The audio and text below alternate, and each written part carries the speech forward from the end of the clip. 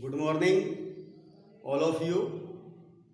आज की क्लास में मैं कक्षा 10th के स्टूडेंट्स के लिए अपनी पाठ्यपुस्तक फर्स्ट फ्लाइट का लेसन 1 आपके सामने लेकर आया हूँ। इस लेसन का नाम है a letter to God. A letter to God समझ में आ गया? अर्थ होता है ईश्वर को एक पत्र। देखिए क्या होता है, ईश्वर को एक पत्र। तो इसका पार्ट 1 आपके सामने लेकर उपस्थित हुआ हूँ। सभी स्टूडेंट्स मेरी इस क्लास को ध्यान से ज्वाइन करें ताकि आपके प्रत्येक बिंदु, ट्रांसलेशन और क्वेश्चंस ठीक ढंग से समझ में आ सके और आप ट्रांसलेशन समझ के प्रश्नों का उत्तर आसानी से दे सकें। देखिए, सबसे पहले मैं वर्ड्स मीनिंग्स आपके सामने रिपीटेशन कर रहा हूँ। वैली मीन्स घाटी, क्रिस्ट चोटी, डॉटेड लदे हुए, हार्वेस्ट मीन्स फसल, डाउन प्योर मीन्स वर्षा, सुपर रात्रि का खाना, विलिंग इच्छा या मर्जी। नेक्स्ट डिनर भोजन, नॉर्थ ईस्ट उत्तर पूर्व, प्रेडिक्टेड घोषणा की, माउंटेन्स पर्वत, अप्रोचिंग आते हुए, प्लेजर मीन्स आनंद, एक्सक्लेम अचंभे से कहा, रेन ड्रॉप्स बरसात की बूंदे, एक्सप्रेशन मीन्स अभिव्यक्ति, एक्सप्रेशन मीन्स अभिव्यक्ति, ड्रेप ढके हुए, कवर्ड्स को कहते हैं, हेलस्टोन्स ओलावृष्टि, रिसेंबल प्रतीक या संकेत, एक्सपोजिंग उजागर करना, प्रकट करना, क्विकली शीघ्रता से, कॉर्नफील्ड अनाज का खेत, रिमेन शेष बची, डेस्ट्रॉयड नष्ट हुआ, सैडनेस उदासी, प्लेग एक रोग होता है, लॉकर्स एक कीड़ा, इंसेक्ट जो ग्रुप में उड़ता है जिसको हम टिड्डी भी कहते हैं। क्यों? टिड्डी एक ऐसा कीड़ा है जो फसल को पूरी तरह से वो नष्ट करता है। तो आप जो समझने का प्रयास करेंगे। हेल ओला, सोरोफुल उदासीपूर्ण, हंग्री मीन्स भूखे। हंग्री मीन्स क्या होता है? भूखे।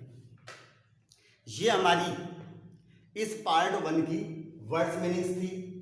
बोर्ड आपके सामने क्लियर है, आप इनको उतार सकते हैं या फिर आप इसका स्क्रीनशॉट ले सकते हैं और इनको आप याद भी आपको एक करनी है, क्योंकि मीनिंग्स याद करने पर पाठ का ट्रांसलेशन हम अच्छी तरह से सीख पाते हैं। तो आप इस चीज़ का विशेष ध्यान रखें। अब मैं इसका ट्रांसलेशन प्रारंभ करने जा रहा हूँ। देखिए, आप सभी स्टूडेंट्स अपनी पुस्तक फर्स्ट फ्लाइट उसका लेसन 1 इसको 3 पार्ट्स में मैंने डिवाइड किया है, जो आपको स्पष्ट दिखाई देंगे। 3 खंड स्पष्ट नजर आ रहे हैं। पहला पार्ट पेज क्रमांक 5 पर है, 3 तीसरे और चौथे पेज पर। तो पेज क्रमांक 3 और 4 पहला खंड शुरू से प्रारंभ हो रहा है। तो आप लेसन खोलेंगे तो आपके अर्थ समझ में आएगा। देखिए, इस लेसन में एक ऐसे किसान की कहानी का वर्णन है जो ईश्वर पर स्वयं से ज्यादा विश्वास करता था। उसका नाम था लेंचो। लेंचो नाम का किसान ईश्वर पर सबसे ज्यादा विश्वास करता था। जब बरसात से उसकी फसल नष्ट हो गई तो उसने ईश्वर को पत्र लिखा कि मेरे पास पैसे नहीं है, इसलिए मुझे पैसे भिजवाओ ताकि मैं मेरा और मेरे परिवार का पेट पालन कर सकूं और अगली वर्ष के लिए मैं अनाज बीज खरीद सकूं। तो पोस्ट ऑफिस में गया, पत्र को डाक में डाला, पोस्टमैन ने पत्र को पढ़ा, पोस्ट मास्टर ने भी इसको पढ़ा था। सोचा कि देखो ये व्यक्ति कितना वो है, ईश्वर पर कितना भरोसा है। तो पोस्ट मास्टर भी उसके भरोसे को नहीं तोड़ना चाहता था। उसने स्वयं के प्रयास से, अपने साथियों के सहयोग से कुछ राशि इकट्ठा करके लिफाफे में बंद करके उसको लेंचों के पास भिजवाया। लेकिन जितनी राशि की डिमांड लेंचों ने की थी उतना पैसा वो नहीं भिजवा पाया। जब लेंचों को वो लिफाफा मिला तो अचंभा नहीं हुआ उसको, बल्कि उसको पता था ये सब पैसा जरूर भेजेगा, बल्कि उल्टा हुआ, उसको गुस्सा और आ गया कि जितना मांगा था उससे कम मिला। तो उसने फिर पत्र लिखा और कहा कि इस बार डाक से मत भेजना, क्यों डाक वाले जो बेईमान होते हैं, इसलिए तुम बाई फेस बाई हैंड मुझे पैसा देना। ऐसी कहानी का इसमें वर्णन बताया है। अब ट्रांसलेशन करते हैं। The house only in one of the entire मेली, उस आंतरिक घाटी के अंदर केवल एकमात्र मकान था, एक ही घर था। Set on the crest of a low hill, नीची पहाड़ी की चोटी पर वो मकान बना हुआ था। फ्रॉम दिस हाइट, इस ऊंचाई से one could see the rivers and the field of ripe corn. तो one could see the river and field of ripe corn, पके हुए अनाज का खेत, डॉटेड विद द फ्लावर्स, जो फूलों से लदा हुआ था, वो सब देख सकता था। वन कुड सी, कोई भी व्यक्ति नदियों को और अपने अनाज के खेत को देख सकता था। That always promised a good harvest, वह खेत जो हमेशा अच्छी फसल होने का वादा करता था। The only one thing the earth needed, पृथ्वी को केवल एक चीज की आवश्यकता थी। Only one thing the earth needed was a downpour or at least a shower, भारी मूसलधार वर्षा और कम से कम बूंदाबांदी तो ऐसी हो। ये पृथ्वी को वर्षा की आवश्यकता थी। थ्रू आउट द मॉर्निंग, पूरे प्रातःकाल के समय, Lencho who knew his fields intimately, Lencho जो अपने खेतों को अच्छी तरह से जानता था, हैड डन नथिंग, उसने सुबह से अब तक कुछ नहीं किया, else but see the sky towards the north east. उस दिन प्रातःकाल उसने खेत के अंदर कुछ नहीं किया था, केवल आकाश में, उत्तर पूर्व दिशा में आकाश की ओर वो देखता रहा। कुछ नहीं किया पूरे दिन, सुबह से अब तक केवल आकाश की ओर वो उत्तर पूर्व दिशा में देखता रहा। Now we are really going to get some water warming. Now, अब, we are really going to get some water warming. अरे महिला अपनी पत्नी से कह रहा है कि अब हमें कुछ पानी प्राप्त होने जा रहा है। तो we are really going to get, हम वास्तव में कुछ पानी प्राप्त करने जा रहे हैं, क्यों वर्षा होने वाली है तो हमें कुछ पानी मिलने वाला है। The women who was preparing super replied, वह महिला जो रात्रि का खाना तैयार कर रही थी उसने जवाब दिया, रिप्लाइड, जवाब दिया, यस गॉड विलिंग, हाँ ईश्वर की मर्जी होगी तो बरसात होगी। The older boys were working in the fields, तो older boys were working in the field, जो बड़े लड़के थे वो खेतों में कार्य कर रहे थे। While the smaller ones were playing near the house, और छोटे बच्चे घर के पास खेल रहे थे। Until the women called to them all, जब तक कि उस महिला ने उन सबको आवाज नहीं लगाई। बड़े बच्चे खेतों में काम कर रहे थे, छोटे बालक घर के पास खेल रहे थे। क्या आवाज लगाई? कम फॉर डिनर, आओ भोजन के लिए आ जाओ। It was during the meal, यह भोजन के समय की बात थी। It was during the meal, कब की बात थी? भोजन के दौरान।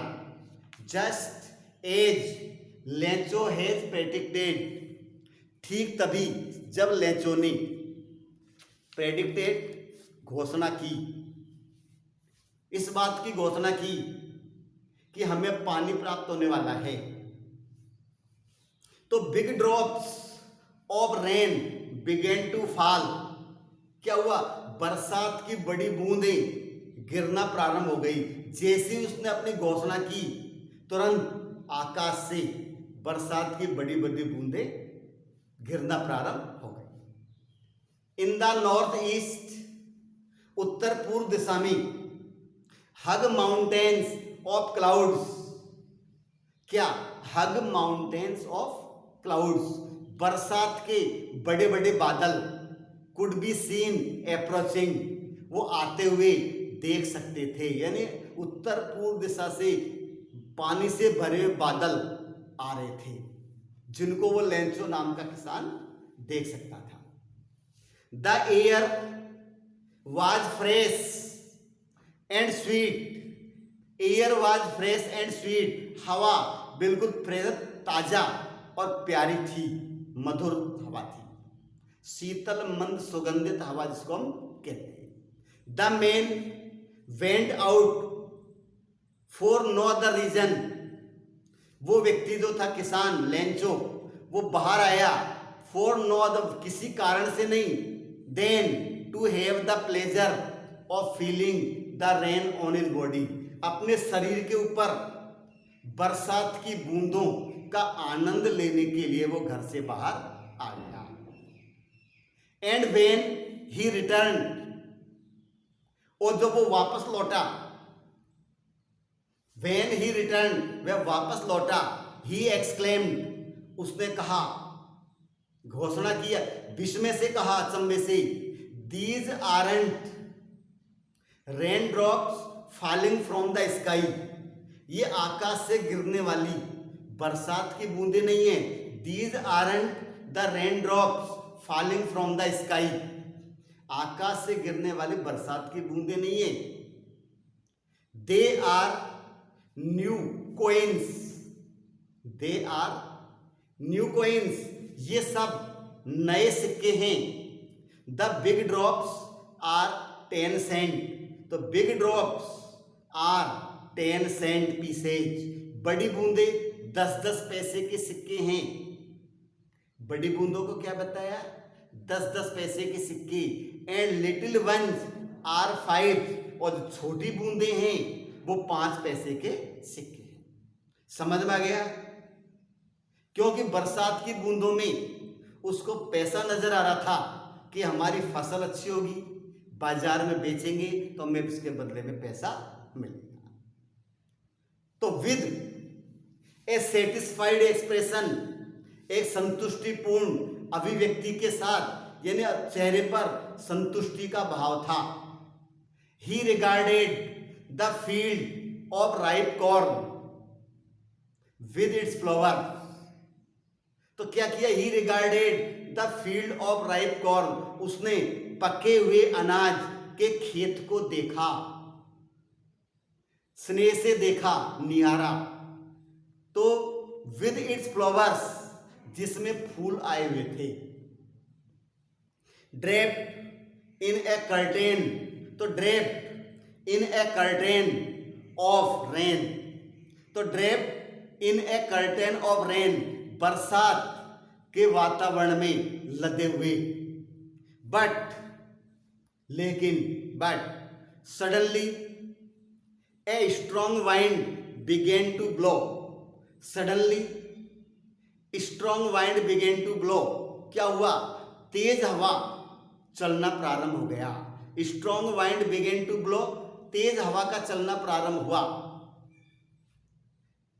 And along with the rain, क्या हुआ?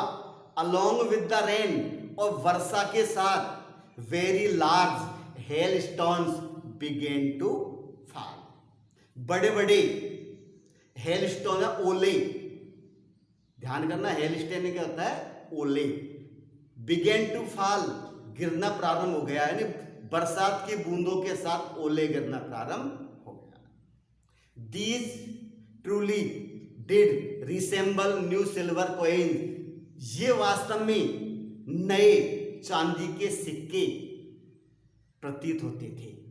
तो ओले पड़ रहे थे, वो चांदी के सिक्के दिख रहे थे।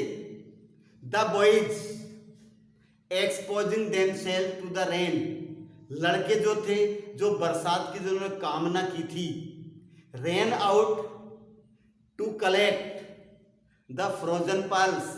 फ्रोजन मीन्स जमे हुए, पल्स एंड मोतियों के दाने। तो जमे हुए मोतियों के दाने को इकट्ठा करने के लिए दौड़कर बाहर आए। होता भी है, जब बरसात होती है, ओले गिरते हैं, तो बच्चों का मन होता है वो ओलों को बीनने के लिए बाहर आ जाते हैं। तो वो बच्चे भी ऐसे आ गए। It is really getting bad now, exclaim the man. अब उस आदमी ने कहा कि अब मौसम खराब होने जा रहा है। आई होप इट पासेज क्विकली, मैं आशा करता हूं कि ये मौसम जो खराब हो रहा है ये शीघ्रता से निकल जाए। तो I hope it passes quickly, कि शीघ्रता से निकल जाए। It did not pass quickly, तो it did not pass quickly, ये शीघ्रता से नहीं गया। For an hour the hail remained on the house, तो for an hour the hail remained on the house, 1 घंटे तक घर के ऊपर बरसात होती रही। Hail rained on the house, घर के ऊपर ओले बरसते रहे 1 घंटे तक। फिर ओले बरसे तो क्या हुआ? The garden, hillside, cornfield on the whole valley, जितना बगीचा, अनाज के खेत, नदी, घर, पूरी घाटी, ये सब में ओले ओले छा गए। द फील्ड वाज वाइट, खेत बिल्कुल सफेद हो गया, बिल्कुल ओलों से लबालब। As if it covered with salt, ऐसा लगता था कि जैसे वह नमक से लदा। Not a leaf remained on the trees, एक भी पत्ती पेड़ पर नहीं बची, सारी पत्तियां झड़ गई। The corn was totally destroyed, अनाज पूरी तरह से नष्ट हो गया। Corn was totally remained destroyed, नष्ट हो गया। The flowers were gone from the plants, जो पौधों पर फूल थे वो सब जल गए, झड़ गए पूरे ओलों का।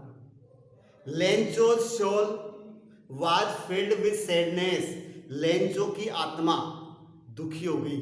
Lencho's soul was filled with sadness, उदासी से भर गया, आत्मा बहुत दुखी हो गई। When the storm had passed, जब तूफान गुजर गया। He stood in the middle of the field, वह खेत के बीच में जाकर खड़ा हो गया। And said to his sons, और अपने बेटों से कहा, खेत के बीच में जाकर उसने बेटों से कहा। A plague of locusts would have left more than this, क्या बताया? A plague of locusts would have left more than this, यानी प्लेग एक बीमारी होती है जो एक लोकस कीड़ा होता है उसके कारण वो फैलती है। तो वो कीड़ा जो जिसको अपन टिड्डी भी कह सकते हैं, वो भी निश्चित रूप से कुछ न कुछ छोड़ता। The hell has left nothing in ओलो ने कुछ भी नहीं छोड़ा है, सब नष्ट कर दिया। यानी बीमारी भी लग जाती है तो तब भी कुछ तो बचता। ये बरसात के ओलों से तो सब कुछ खत्म हो गया। This year we will have no corn, इस वर्ष हमारे पास कोई अनाज नहीं होगा। That night was a sorrowful one, वह रात बहुत दुखी थी, बहुत उदासीपूर्ण रात थी। All our work for nothing, ये हमारा सारा कार्य, सारी मेहनत बेकार गई। There is no one who can help us, अब ऐसा कोई व्यक्ति नहीं है। There is no one who can help us, ऐसा कोई भी नहीं है जो हमारी सहायता कर सके, हमारी सहायता करने वाला कोई नहीं है। We shall all go hungry this year, इस वर्ष हम भूखे मर जाएंगे, क्यों हमारे पास अनाज नहीं होगा तो हम क्या है भूखे मर जाएंगे और हमारी सहायता करने वाला कोई भी नहीं होगा। ये उसने कहा कि अब हमारी सहायता करने वाला कोई नहीं होगा। तो यह इस प्रकार से लेंचो के विचार थे। ओलों के कारण फसल नष्ट हो गई तो बहुत दुखी हुआ। सो अब क्या किया जाए, कौन सहायता करेगा। इस बिंदु पर आकर मेरा पहला पार्ट कंप्लीट होता है। अगली क्लास में सेकंड पार्ट के साथ मैं फिर आपके सामने उपस्थित रहूँगा। तब तक के लिए मैं आपसे विदा लेना चाहता हूँ। धन्यवाद।